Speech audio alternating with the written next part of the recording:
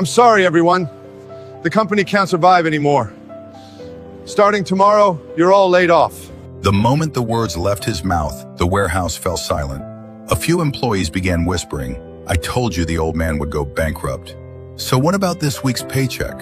If he's not paying us, we might as well clear the place out." Those words pierced Bennett like needles. He said nothing.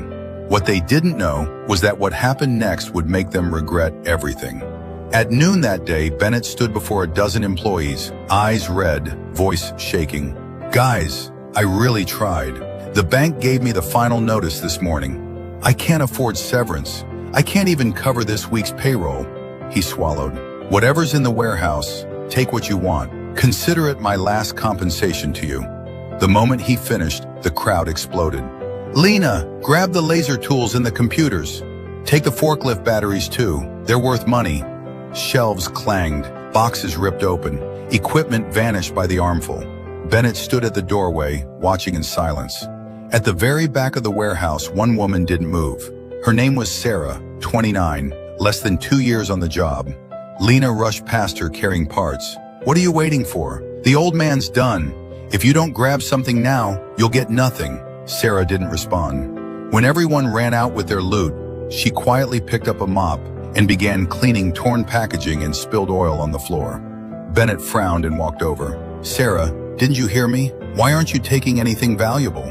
She looked at him calmly. "When my mother got sick, you paid me months in advance. When no one else would hire me, you gave me my first real job." She glanced around the wrecked warehouse. "This place fed my family. I can't strip it bare when it's at its lowest. If this really is the last day, at least let it end with dignity." Bennett looked at her, and for the first time that day, he smiled. He walked into his office and returned with a set of keys and a folder. "Sarah, the warehouse isn't closing." She froze. "What?" Bennett took a deep breath. "This morning I signed a merger with an international logistics company. We're not shutting down. We're expanding, 3 times bigger. But the investors had one condition. I had to choose someone I trust completely to be the new manager." He placed the document in her hands. "What they took was just old equipment. But you, when everyone else looked out for themselves, you protected your integrity. Starting today, you're the new manager." Sarah covered her mouth. Tears filled her eyes. Bennett spoke softly. "Loyalty is the rarest currency in this world. Many people stay during prosperity. Only a few stand firm in hardship. Sometimes when we have the least, God tests our hearts to see if we're ready for the greater blessings ahead. If you believe loyalty and kindness never go unseen, comment, "God rewards the faithful."